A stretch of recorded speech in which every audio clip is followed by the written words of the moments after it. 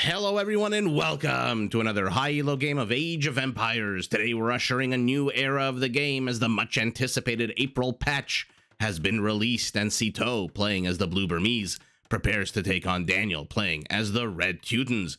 Now while the players herd their herdables, explore their immediate surroundings with Goat and with Scout, and try to go up to Feudal as fast as possible, let's take a look at the Civ matchup we'll be watching today. Now, the Burmese, very much a civilization that focuses on its mounted units. Burmese battle elephants automatically come with extra armor and can be upgraded to get even more armor. Their cavalry can be upgraded to get a powerful attack boost against archers, and their unique unit, the Arambi, is a ranged cavalry unit that throws darts of all things at its opponents with absolute horrible accuracy, but even darts that miss deal 100% damage to any unit they land on, compared to the usual 50% of other archer units. Now, to support and protect their mounted units, especially their elephants, on the field of battle, the Burmese actually have several options. If you want to go the infantry route, all Burmese infantry gets a progressive attack boost starting in Feudal all the way up to +3 in Imperial, or you can go the route of the game's only spellcaster, the Monk. If you go this route, monastery techs are 50% cheaper. And to help pay for these units and their techs, you start the game knowing exactly where all the relics are out on the map. Let me show you exactly what I'm talking about. This is the vision of our blue Burmese from the very beginning of the game. All 5 relics are visible. Now, in order to build the infrastructure you need to start pumping out huge amounts of units, all lumber camp technologies are free. Now, opposing mYi.Sitaux, we have Daniel playing as the red Teutons, very much a civilization like the Byzantines, designed to take a beating and still stay standing. All Teutonic barracks and stable units get free extra melee armor starting in Castle Age. Their siege units can be upgraded to get a big melee armor boost. Their towers have extra space and can garrison more units inside, which, by the way, means they fire more arrows. And also, this applies to town centers. Take a look at the bottom left of your screen. 25 garrison room compared to the usual 15. Let's focus back on the Teutons. Murder holes, herbal medicine upgrades are both free, so units can heal inside the castles 6 times faster, while melee units try to take that castle down. Now, those same Teutonic castles that are protecting your units, creating static defensive zones of attack and defense, can actually be upgraded to have +3 extra range and also fire arrows when they're garrisoned by infantry, which, by the way, is a pretty big deal, since in this game only villagers and archer units inside a castle will usually add arrows to that castle. Now, on the field of battle, all Teutonic knights have a higher resistance to conversion, and if they're hurt, can be healed healed by monks from twice the distance, which is great news for the unique unit of the Teutons. I'm, of course, talking about a unit that needs no introduction, the Teutonic Knight, a super slow but incredibly powerful, heavily armored infantry unit. Now, the Teutons, to support and feed their big, hungry population, get 40% off their farms. So all those April changes that I was talking about have come into effect. These are actually 2 civilizations that, weren't really changed that much. Let's take a look. The Burmese, the elite upgrade for their Arambi, their unique unit, has been made more expensive in terms of gold, but less expensive in terms of food. So they just played around with the cost of the upgrade, and they now receive gambesons. Teutons, same theoretical changes. The cost of going from Teutonic Knight to elite, or rather, what am I talking about? The actual cost of the unit has been reduced, not the upgrade itself. So it used to cost 85 food, 40 gold. Now it costs the same 85 food, but only 30 gold. So a 10 gold discount for the Teutonic Knights. And they, like the Burmese now, also receive gambesons. Now, if you're not familiar with gambesons or what it is, this is a new upgrade introduced into Age of Empires in the April patch. All militia line units can be upgraded to get +1 pierce armor. Not a very expensive upgrade, only costs 100 food, 100 gold. Does take about 25 seconds to research, and it's only available in Castle Age, but keep in mind, you first have to research supplies. That is a prerequisite. So while the players now both are going up to feudal on the back of very similar villager counts, 19 for our Burmese, 18 for our Teuton, let's take a quick look at their bases, see where they're situated, and if any particular player has gained an advantage or disadvantage over the other. Our Teuton, primary stone, very exposed to the front, primary gold, nice and secure in the back. Decent medium level wall off here, can use the stone in the early parts of the game to wall that off. To the west, to the east and the north, completely open. His opponent, Daniel, in red. Oh man, this is incredibly open as well. The entire portion of his base facing his opponent is open, but like our Burmese, can use the stone to wall off, or at least make use of it to partially wall off the front. Southwest, easy to wall off. East, easy to wall off. Primary stone, as we just saw, very much in the forward position, just like Sitaux. Primary gold, very far back, just like Sitaux. So both players, in terms of resources, are in a similar situation, with primary stone exposed, primary gold nice and tucked away. But I would give this a little bit maybe to Sitaux, but not by much, just because he can wall off his forward-facing portion a lot easier than Daniel, who, instead of walling it off, is choosing to go the funnel approach, where you don't create a complete wall off, you just make it very hard for your opponent to engage into your base, or explore your base, or try to penetrate your base, because they would have to go through a town center. Look at the radius on the screen. Any Feudal Age units that dare to venture into here will definitely die, or at the very least take a huge amount of damage. So that being said, because it's easy to wall off to the front, easier, let's say, to wall off to the front, I would give this a very, very slight advantage here to Sitaux. Nothing game that's determining, nothing really life-altering. But for now, both players are now in feudal. Sitaux has moved out with a spearman and a scout, but seeing these two scouts from Daniel, his spearman, for some reason, stops in the middle of the map, takes a little break, rests his weary legs. It can't possibly be easy carrying this massive, massive spear, twice the size of you. Imagine if you're 5'6", carrying an 11-foot spear in the desert heat, and then huffs it back home to defend against any potential raids from these scouts, who are now being chased away by Sitaux's own scouts. 3 scouts to 2, HP double. One of Daniel's scouts already badly bruised. What else is following here? A 4th scout. Army supplies 5 to 3 villager count. Sitaux now down a villager, even though he was up 1 villager when he was going up to feudal. Okay, looks like he might want to complete the wall off, or we'll see if he decides to leave it open. Doesn't really see a lot of any aggression out of his opponent. Doesn't see anything but these 2 damaged scout cavalry units. So there's no real point for him to complete the wall off at this stage. He's got a good amount of wood, though. Sitaux starting to dwindle a little bit in the wood pile. Let's take a look at what he's building. He's got his barracks. He's got his stables. No secondary building just yet. Resources, he's starting to bank a good amount of food. Gold on the menu coming right up. Daniel, on the other hand, also a barracks, also a stable, but already starting to build the blacksmith. Gold production, mining already up and running. 5 villagers to the 6 of his opponent. And take a look at his resources, much, much closer to Castle Age, or rather clicking up to Castle Age. Again, off the back of 1 extra villager. But our blue Burmese has what looks like map control of the center of the map. This is his vision. He can see any kind of attempt out of Daniel to move out. But Daniel's not moving out. Daniel's just exploring the extremities of the map. Unlike our Burmese, he does not know where the relics are, so he has discovered 1, 2, 3 relics. Heading down south, we'll see if he discovers this Hakuna Matata relic in this animal community of zebras and ostriches. Oh, a hungry lion just waiting to pounce on anyone who's stupid enough to try to get that relic. And in comes our Burmese. As I mentioned, the wall-off now fully underway. Oh. Left, right, left, right, left, right. This villager doesn't know which palisade she wants to finish, but ultimately does finish them both. Sitaux must have seen this. Yeah, he saw this with the scout vision. And our Teuton, first to go up to castle, a full 40 seconds ahead of his opponent off the back of an equal villager count. Army supply, once this 1 scout cavalry finishes, will be identical. Both of them getting gold mining upgrades at the exact same time, literally seconds apart.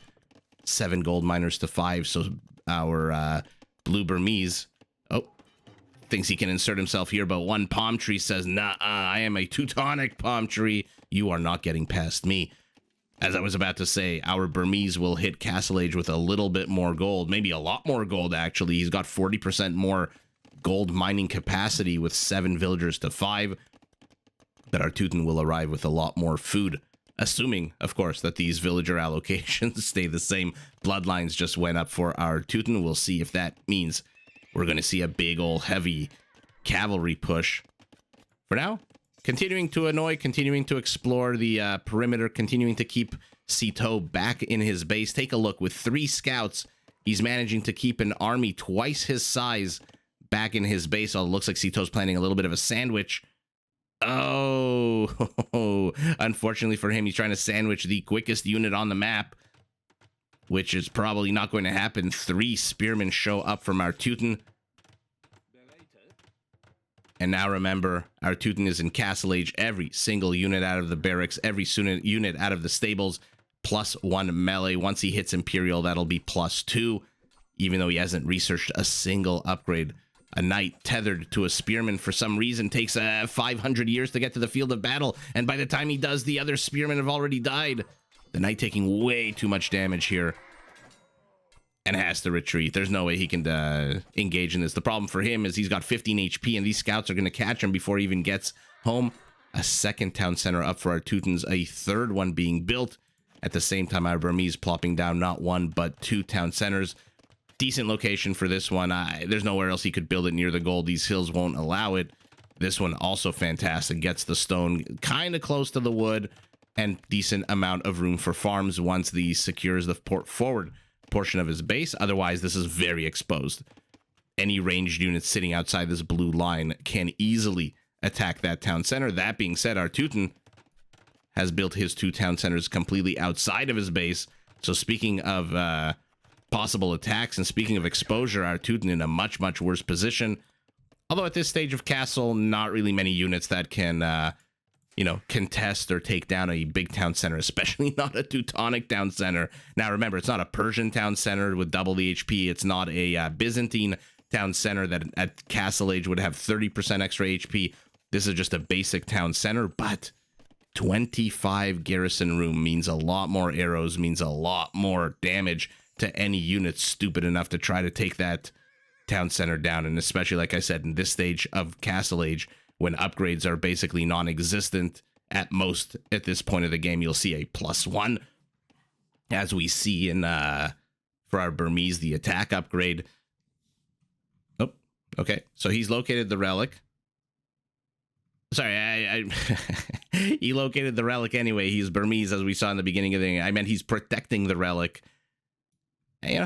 He's let's call this scout, he's on safari, just enjoying a little bit here and there of various wildlife. But over here, his compatriots engage in a life or death struggle, while to the south he will get taken out now by a bunch of spearmen who were protecting a monk. But man, scout cav, light cav, just so good at killing monks. Look how quickly, whack, whack, whack, and it's down. Man, a lot of people underestimate the speed and the maneuverability of scout cavalry line units.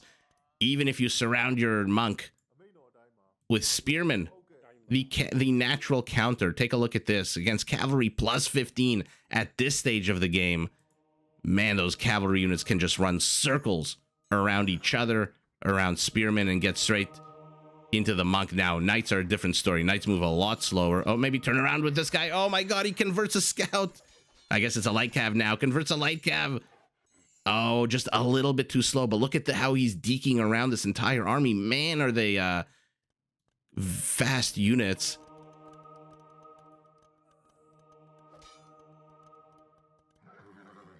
It's good that our Teuton converted the light cav, by the way. Remember, Teutons do not even get light cav. They are basically stuck on their scout cavalry units, although again, with +1 melee armor does make them a little bit tankier. Tried to get at the monk, couldn't penetrate this blue wall of spear and horse, but does manage to get a monk down here. 1 kill already. Oh, look at him melting into the sands. Sitaux sending another scout here to this relic to to protect it. But our Teutonic monk already getting this relic. While we weren't looking, Sitaux, by the way, has already collected 2 relics to the 0 of his opponent, although it's going to be 2-1, assuming this monk can make it home. Kind of looks like he will. Looks like Sitau's entire army here in the center of the map. And take a look at populations. 16 army supply to 14, 15. 67 villager supply to 66. Man, very, very close. They are fighting tooth and nail over this hill over here. Spearmen might want to turn around. Oh, they're not going to stop these scouts, but they might get a knight. Make these monk snipes a little bit more expensive for Sitaux. He does manage to get them, but what does he lose? Oh man, he only lost 1 scout. What a terrible, terrible trade here for Daniel. Okay, but he's got pike now. The pike are attacking the monks. 1 down, 2 down, and a knight. So Daniel, even though he lost his monks, does now, I guess, even it up in the resource department. I don't know who came out on top of that in terms of actual total resource count, but that was definitely not an easy or free trade for Sitaux, who now has to retreat home, heal his units next to the castle. By the way, am I the only one excited for the Celtic upgrade of Stronghold, where they can actually heal allied infantry within a what is it, a 7-tile radius of the castle? So basically an 18 by 18 box that's going to be like this big, healing any allied infantry in it. That is going to be pretty crazy. We've got a Rambai out on the field. A Rambai immediately get converted. Take a look at their base accuracy for the base model. Dog shit, 20% accuracy. Oh, he's converted 2 of them. But they're heading straight into Spearmen. Our Teuton has managed to get a relic, but so has our Burmese. There looks like there's a bit of a scuffle here over relic control to the west. The last relic. Oh, the pike derping out a little bit. Daniel wisely staggering his units. You never want to clump against the Arambai. Like I said, their base accuracy, 20%. Terrible, terrible. But all of their darts that land even on the wrong unit do 100% damage. And even though they can't upgrade their attack, it stays at 12. The elite goes up to 15. Man, do they kill multiple units at once if you clump. If we get to see it, I will show it to you in this game. Take a look. Daniel sees this monk. The monk sees Daniel watching him. 2 knights move in for the kill. Let's see if the monk decides to stop. Let's see if Sitau's paying attention here. We'll follow along on the monk's journey. 1 whack. 2. 3.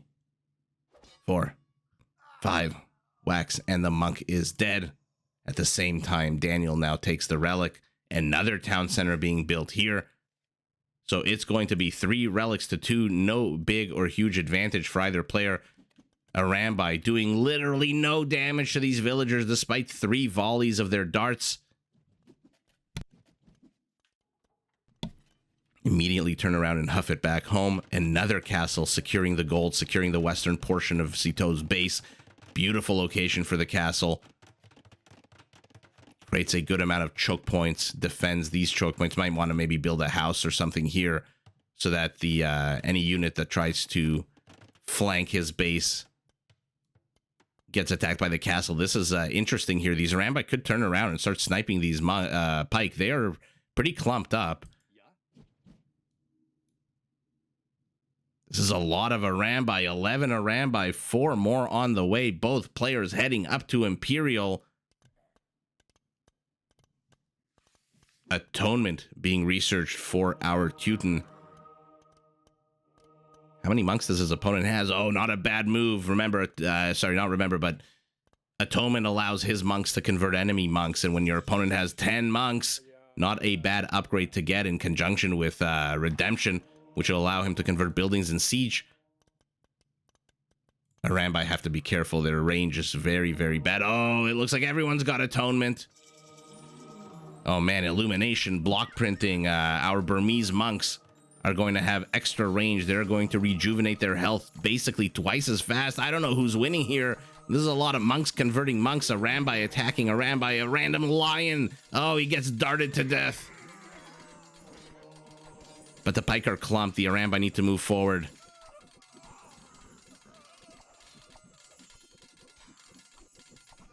Just listen to the tinkle tinkle of the pikemen attacking. 10 monks for our Burmese has been reduced to 5. That's a lot of gold spent. But he has taken out a good chunk of Daniel's army. Contesting castles going up here for both players who are now both in Imperial, Theocracy, Illumination, all the monk upgrades. Looks like our Burmese is also upgrading his cavalry, getting chemistry as well. His castle here much, much more secure than Daniel's on the high ground. And he's already got 3 trebs out to the 0 of his opponent. So he's got 3 monks. He's researching Theocracy, which will allow those monks to basically all right-click on one unit, and then only one monk has to rejuvenate their health, not all of them. So we're seeing a lot of very interesting monk play. Look, these aren't exactly units that were affected here by the patch. Like I said, it mostly has to do with the cost for the Burmese of their upgrade for the Teutons of their Teutonic Knight. And by the way, I don't expect to see a Teutonic Knight here at all, especially against quick-moving cavalry units like this. But take a look at their base accuracy. It's so bad. It's so bad. And Gambesons we haven't really seen either. I don't see any militia line units. So supply is not really being researched. What is being researched or being built is a lot of trebuchets. 3 coming out for our red Teuton, 5 for our blue Burmese. The ratio ought to be reversed. Our Teuton attacking uphill needs a lot more trebs than his opponent, who looks like he's attacking downhill. These trebs, by the way, on the left look like they're on an elevation, which is absolutely crazy. Actually, all 4 of them look like they're on an elevation. A 5th one on the low ground, a random bombard cannon, not really ready yet to join the fight.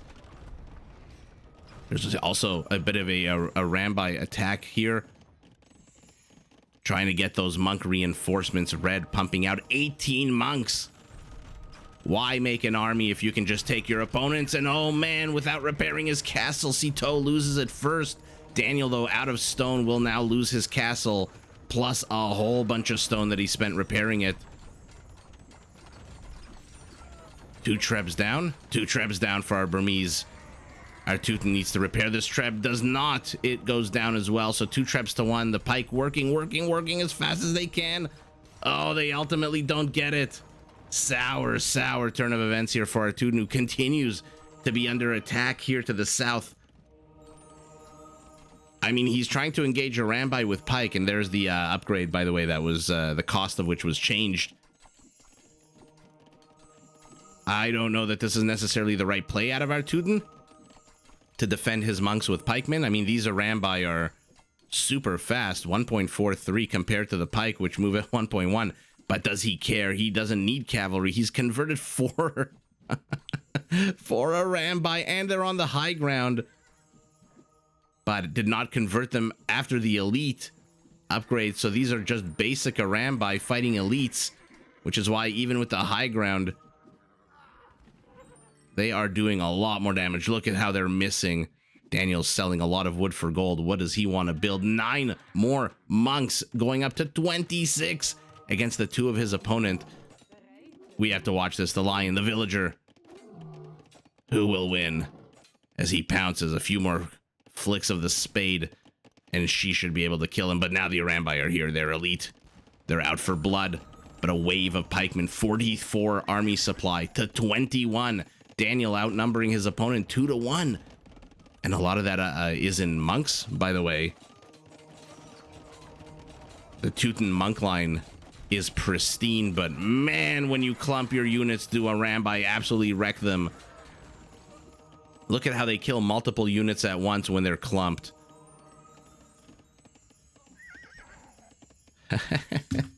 Even Faith being researched for our Burmese. That's going to make his units a little harder to convert. We have a light cav out. I'm surprised our Burmese hasn't tech switched to light cav much earlier after he was here, seeing how many monks our Teuton was pumping out.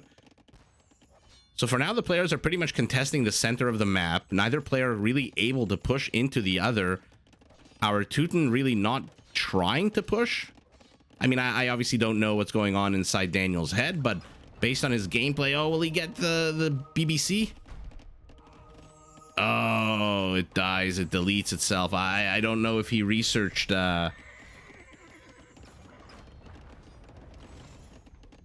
sorry, I don't know if he researched heresy. Sorry, I was looking at the trebs for a second. Actually, no, Burmese don't get heresy, right? Yeah, Burmese don't get heresy, so he must have deleted that bombard cannon. That was a suicide mission for that bombard cannon. A Rambai are moving in. We'll keep an eye on them with picture-in-picture at the 42-minute mark of the game. But like I said, Daniel not really pushing out that much, relying more on his opponent to push into him so that he can get the converts. I mean, I know I say he's not pushing out while he's aggressively attacking this castle, but I suspect that he's doing this to elicit a reaction out of these Arambai. He wants a response so that the monks can basically convert these guys. Castle goes down for a second time. Our Teuton now has 4 Arambai to the 26 of his opponent, and let's see, the monks are clumped. Look how quickly they go down in clumps. Like I said, when you clump your units against a Rambai, oh my god, all of those monks just disappeared, melted like butter. Treb shelling down an inoffensive palm tree. Oh, but now Sitau's got a Treb to the left over here, and now the monks are gone to the front. He has been knocked down to a meager 8 monks. Light Cav, 4 kills already. And now the Arambai are escaping here. 14 kills for them, but they are being chased by their compatriots, their traitorous compatriots who are now fighting for the other side. 8 Arambai for our Teuton, who now pushes forward with a castle. This is a lot of stone that's being expended by both players to contest center positions. Neither player really interested in, any kind of flank maneuver. Our Burmese already has another castle up here defending this wood line, giving him vision of any kind of flank attack. Our Teuton is completely exposed to the flanks, which is why these Arambai, these light cav, are able to get in and do so much. He's 0 defense over here. A town center, nothing else. He is focused solely now on pushing. Now that he's gotten rid of the castle up here, does not need to worry about any kind of trebs from that high ground. He is free to push. 11 monks, 11 more on the production tab, but his army is consisting primarily of halberdiers, which again, the strategy for our Teuton right now seems to be horse does go down. Horse, I mean, like, strategy for our Teuton seems to be, attack a building, elicit a response out of your opponent, and when that response comes, just try to convert whatever unit he sends to attack you. Oh, these villagers have to be careful. Daniel is basically out of stone mining. He's got enough stone for a castle, which his stone just disappeared, which tells me he built another castle. This is going to be his last castle for the immediate or foreseeable future. Oh man, Sitau's monks are just getting absolutely taken over by Daniel's. And we'll keep an eye out on these Arambai as well. At the 48-minute mark of the game, yet another run by 37 kills on these guys. Don't be fooled by their horrible accuracy. Don't be fooled by the fact that they throw little darts. Man, can they shred through units, especially when they're clumped. Although here the halberdiers do catch up. Daniel now very firmly in control of the game. He outnumbers his opponent 6 trebs to 1. Has he seen the castle to the left, by the way? No, he is not. So he doesn't know that there's potentially more trebs or more Arambai coming out of the left side of the map. Does he care, though? He is pushing in. Army supplies identical. Villager supplies almost identical. Man, what an absolute crazy close game right now. Although it does look like our Teuton is starting to penetrate into the center of our Burmese player's base. And by the way, our Burmese player's infrastructure is all here. Not that he's building anything out of these barracks. Where are his stables, by the way? Let's see. More importantly, we know where his last remaining castle is. But where are his stables? He's got 4 of them. I click. Okay, so there's one to the top here. There's the original one that we saw before. Oh, no, there's 3 here. Okay, so the loss of this infrastructure may not be game-ending, but uh-oh. Take a look at this. Tech switch into two-handed swordsman.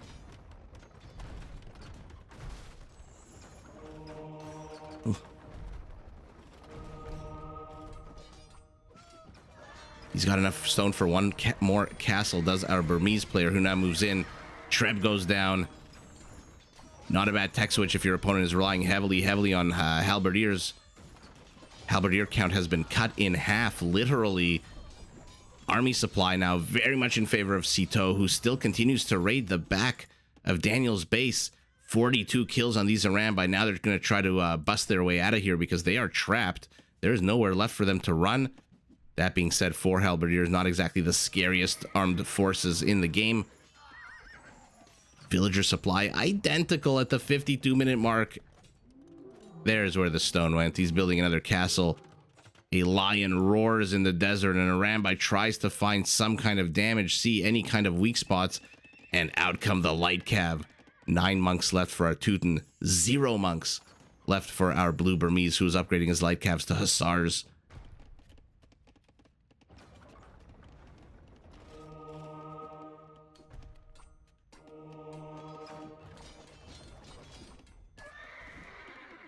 By the way, let's take a look at the upgrades on these two-handed swordsmen. Oh, it looks like he got gambesons. +3 pierce, and he's only researched the first 2 defensive upgrades. So there we go.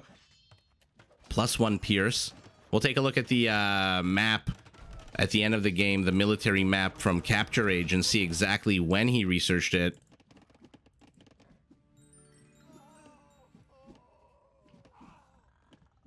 Oh man, Arambai. They're just so good. 58 kills on these. Man, if they catch you a clumpin', they will kill you very, very quickly. Oh, and by the way, take a look. Even though our Burmese has only upgraded 1 attack upgrade for his infantry, because it is the Burmese, they should be at a +4 attack. Because remember, they get a +1 starting in Feudal, Castle, and then Imperial, all the way up to a +3 attack. Man, Burmese infantry with gambesons might be... Uh-oh, he discovers this little peaceful farming colony. All they wanted to do was generate a little bit of food, till their fields, eat a few good meals, enjoy that sunset, have a glass of wine, but in comes an Arambai, and look at this. In comes some villagers as well. Wonder why these Arambai aren't doing much. They're kind of just hanging out next to these ruins. What is this? I don't think I've ever seen this in Age of Empires. What is this? I've seen a barracks. That I'm not too sure about. But anyway, I was going to say...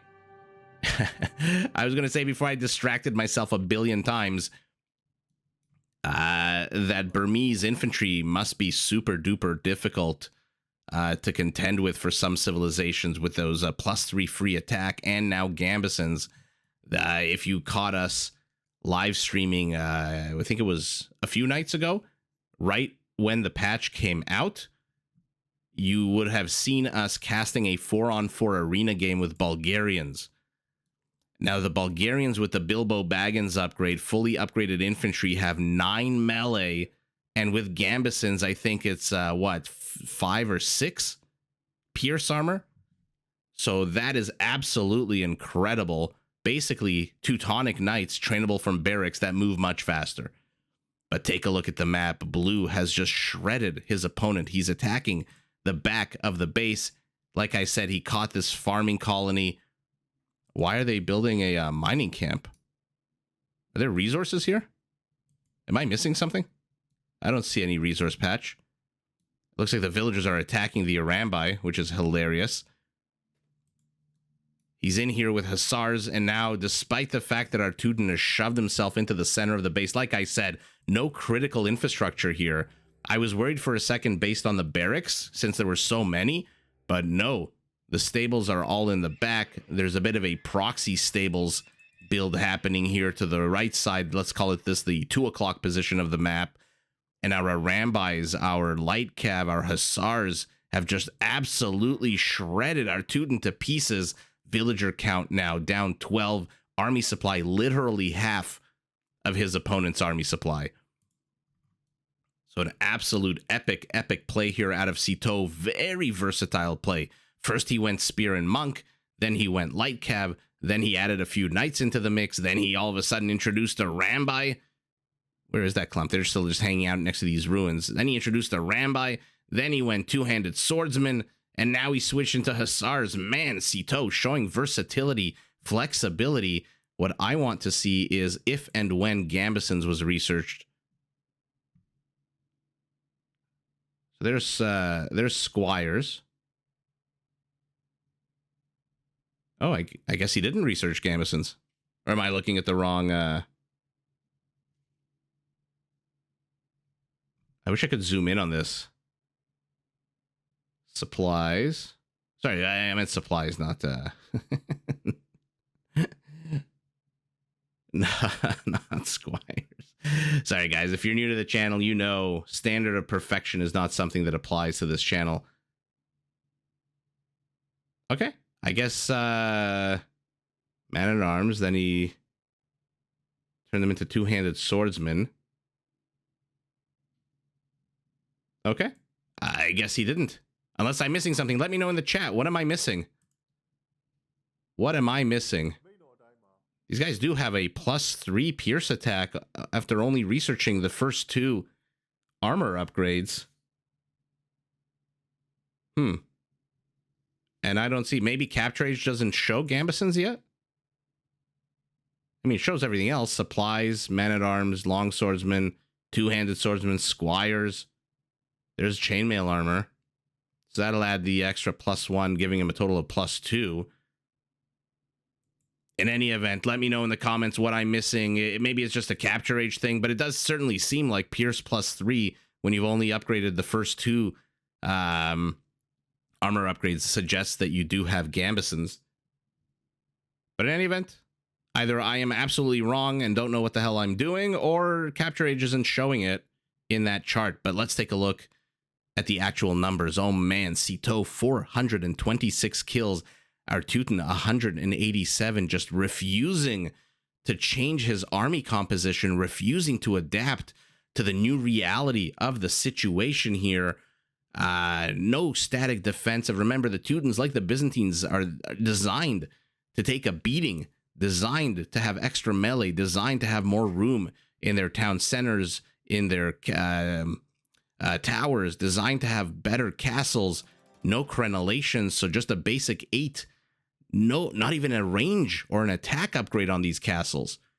So Daniel here playing, what's the word I'm looking for? Sitaux, very adaptable, very versatile in this game. Like we saw, made what, 4, 5, 6 tech switches? Daniel playing very stubbornly saying, you know what? I think I'm just going to go Halberdier Monk this game, and whatever the hell you throw at me, I'm just going to stick at Halberdier Monk. I'll try to convert a few of your Hussars. Where are they, by the way? So he did manage to convert a few of these Hussars. Ultimately, yeah, attack upgrade's not the best. +1. Oh, he converted them before the scale parting armor completed. But because of that, take a look at villager count. 95 kills to 12. Just total kill count is more than double for our Burmese. 150 APM for Sitaux, 132. So a fairly relaxed game for the players economically. Look at that. About 9,000 more resources, more than 10% bigger economy, a lot more wood, food almost identical, gold almost identical. Just basically the difference is the relic gold. And a little bit more mining. And look at this. They're literally 1 stone apart. 4204 for Sitaux, 4403 for our Teuton. But the wood is really where it got to him. Not a surprise going ranged units. Wow. Actually, you know what? One thing we forgot to look at, converts in a game full of how many freaking monks. Look at army supplies also at their peak. Almost identical. Our Teuton, big surprise with his 20 monks out on the field. 58 converts, only loses 23 villagers. If I had to guess, most of these are probably monks. A knight or two or a pike or halberdier thrown in the mix, but most of these are probably monks. And wow, both players, a classic duel here where one player shoves in through the center. Take a look at the mini map. Look at Red's positioning here, literally shoving in through the center. The other player just adapting around him. This is the Battle of Cannae in Burmese Teutonic fashion. You have one shoving in through the center in a big fat column, the other melting back, retreating, and then flanking through the sides. We have Rambai over here to the left. We have a Rambai and Hussars to the right. And Daniel realizing, hey, wait a second, I have no way to defend against these Hussars. And even though these Hussars are shittily upgraded, there is +1/+1 on them. He just doesn't have anything to deal with this. 25 halberdiers. First of all, they're all here in the center. How many are here? 14. More than half his army supply is here in the center. Rather, more than half his army supply of halberdiers is here. The others are dispersed. We saw a few, warding off a few, some Arambai here and there, but there is nothing that he's got to contest this super fast. Look at the speed, 1.65. What the hell are you going to do as a Teuton against 1.65 speed with your 1.1? They literally move half a tile a second faster than your army. You're farming your tricky hidden farming community to the bottom, which you hoped wouldn't get discovered, got immediately discovered and wrecked. Your villagers are being killed, literally at an 8-to-1 ratio. And our Teuton realizing that, uh-oh, I shoved in, but I didn't shove hard enough. He's still alive, and all of his critical infrastructure is off to the periphery of the map. Does he have any stables on the left side? No, just the castles. So Sitaux showing us incredible adaptability, incredible versatility, not only of the Civ that he's playing, which, by the way, is also incredibly versatile, but of his own gameplay. Takes the W, but wow, what a fun game. GG to both players. Did you enjoy this video? Check out these other clips and make sure to subscribe and enable notifications so that you're notified of my latest uploads.